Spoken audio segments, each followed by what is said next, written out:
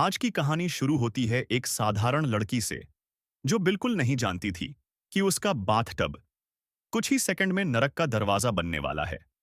लड़की आराम से शॉवर बंद करती है, हेडफोन लगाती है और मस्त होकर नहाने लगती है।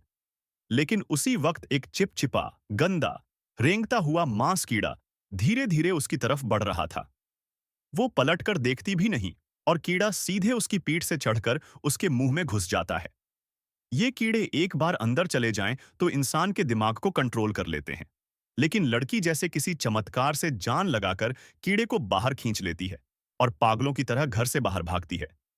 लेकिन घर क्या, पूरा घर अब मौत का फंदा बन चुका था। उसकी माँ खून से लथपथ जमीन पर, उसकी बहनें कमरे में तड़पती हुई और ऊपर दीवारों पर रेंगते हजारों कीड़े। वो जैसे तैसे खिड़की तोड़कर बालकनी तक पहुंचती है, पर वहां भी कीड़ों का पूरा झुंड। आखिर वो ऊपर से कूद जाती है, नीचे पहुंचकर भागने ही वाली होती है, तभी उसके पिता का शव सामने गिरता है। पीछे से कीड़े ऐसे उमड़ते हैं जैसे कोई काला सैलाब। वो कार में भागकर बैठती है, लेकिन चाबी नहीं, और कीड़े कार को सीटों समेत खा जाते हैं। कई घंटे बाद सब शांत हो जाता है, पर असली डर तो अब शुरू होता है। उसका पूरा परिवार वापस खड़ा है, जिंदा, लेकिन इंसान नहीं। चेहरे मुड़े तुड़े, आंखें खाली, शरीर परजीवियों द्वारा पूरी तरह कब्जा किया हुआ।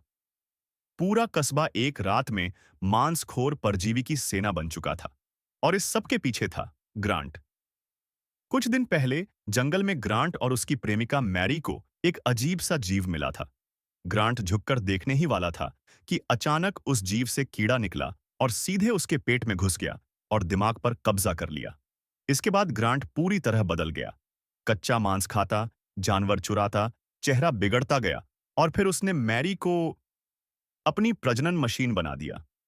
मैरी इतनी भूखी थी कि कुछ ही दिनों में वह एक विशाल मांस के गोले में बदल गई।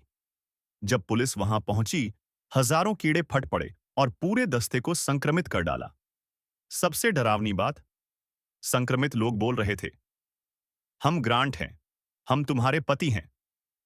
यानी पूरा शहर ग्रांट के दिमाग से जुड़ा एक ही सिस्टम बन चुका था। और ये परजीवी फैलते ही जा रहे थे।